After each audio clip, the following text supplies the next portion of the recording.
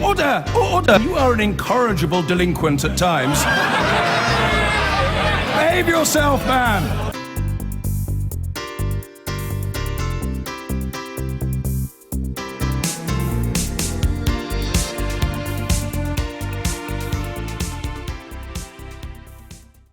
Environmental campaigners have won their latest legal battle to force the government to improve plans to deal with harmful levels of air pollution. The High Court has ruled that the government must take immediate action. Campaigners from Client Earth argued that the current plan would not ensure that the UK met EU targets. The Department for the Environment said it accepted the judgment. Our science editor David Shookman joins me now. So David, just how significant a victory is this for the environmental campaigners? Well, George, it's incredibly embarrassing for ministers because for the second time in 2 years they've had the courts rule against them. Today it was the turn of the High Court to say the government plans to reduce traffic pollution simply don't go far enough and aren't moving quickly enough. Now, what we're talking about is a kind of pollution that you can't see but can do you real damage to your health. It's called nitrogen dioxide. It's a problem here in London and dozens of other places around the United Kingdom. The government hopes to try and clean up. It said it would do that by 2020 or 2025. The court said that's not soon enough. Now, the Environment Ministry, DEFRA, has said that it will listen to the court's judgment. It won't challenge it. It'll look at its options closely. That means it'll have to come up with a very robust plan pretty soon. George. David, thank you. Now, environmental campaigners have won a High Court battle, forcing the government to improve its plans to tackle air pollution, as judges agreed the current scheme was woefully inadequate. Client Earth, which brought the action, is demanding a network of clean air zones in cities across the UK by 2018 to make sure legal pollution limits are enforced. The Prime Minister has already hinted of changes to come, telling MPs there was more to do. Fatima Manji reports. And the thing about air pollution is that you can't often see it or smell it, but it is there and it's an invisible killer. This is one of the UK's most polluted roads. The monitoring device shows almost everyone walking down it is inhaling illegal levels of toxic air. But it's not an isolated problem. So we can see the spike's going up to 40, so it was about 20 before. Nationally, up to 50,000 people a year are dying early because of poor air quality. And today the High Court declared government plans for tackling it woefully inadequate. It really shouldn't take campaigners taking the government to court to say that it needs to take urgent action on this. It's a public health crisis. It's the time that we started treating it as one. The court case revealed documents showing the Treasury blocked plans for a charge on diesel cars because angering motorists would be politically very difficult.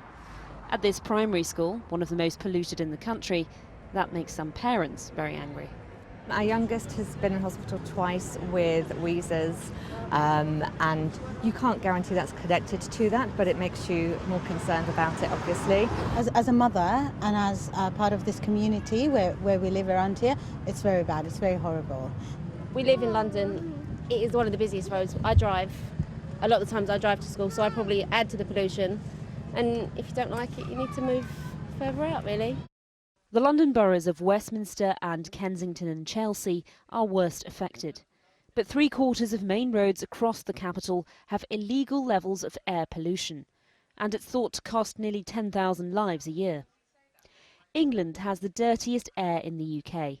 Perhaps unsurprisingly, large urban areas such as Birmingham and Bristol are particularly poor. But even smaller cities like Newport, Southampton and Lincoln are also heavily polluted. Campaigners say a national network of clean air zones is needed urgently. What it will mean is moving away from diesel vehicles, which are the really dirty vehicles. This is a fantastic opportunity to move to electric vehicles. After Brexit, we keep hearing we want to lead the world. This is an opportunity to lead the world. But now it moves to the desk of the Prime Minister. A spokesperson for Theresa May said that she accepts the court judgment, is determined to act, and will set out steps in due course. And yet there's an added complication in this quest for cleaner air. The government's backing a third runway at Heathrow, which will inevitably mean additional emissions. So what does the judgment mean for the government's decision to expand London's Heathrow Airport? Well, it's triggered more concern about air pollution levels in already congested areas and the government's commitment to tackling it. Our science editor, Tom Clark, is at Heathrow. Tom. Well, Kathy, this judgment could be a massive problem for the government's plans for expansion of Heathrow Airport. Now, it's not the runways just over there behind me that are the real issue here. It's all of the congested traffic coming to, from and around Heathrow Airport. Down there, you've got the Heathrow Link Road, regularly congested. Behind me on this side, you've got the A4, major trunk road bringing traffic to it. Not far away, the M4. This is a hot spot for nitrogen dioxide pollution, some of the worst in Europe. It's regularly in breach of legal limits. Today's ruling orders the government not just to meet those legal limits, but to do it a lot quicker than they planned.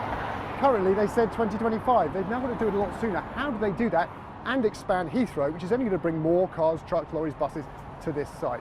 But it goes far beyond Heathrow as well. The court has also found during the hearing that the modelling the government uses is far too optimistic for the levels of pollution we're expected to see.